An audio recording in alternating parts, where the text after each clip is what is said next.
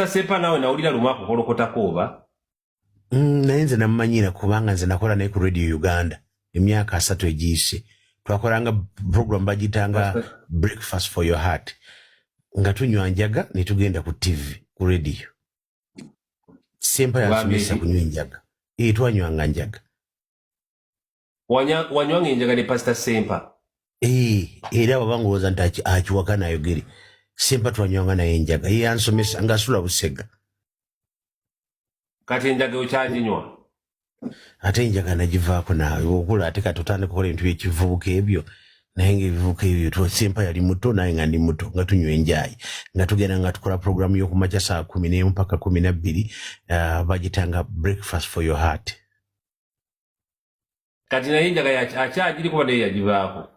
Simanyi bakyanywa naye nza okubanga engeri yagenda mu kyalo eyo ate ewakisoso girima n'owenywerako. Etegeeza mwemanyire ne Pastor Sempa? Manyidde Sempa mumanyidde emyaka 36.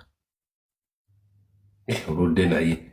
Nawulira ayisa mu bintu wano n'ayisa musajja wamwe Junior amaaso n'ayisa mu baani. Naye alina ekizibu ky'okwemulisa so naye ekyo kimulekere ekyo kubanga ye yakakute ku masanyalaze kwali. Ojogera issue y'amasanyalaze? Eyawuma emigi yekalakasanga n'ayambala ebitanvuwa n'agenda mu makooti.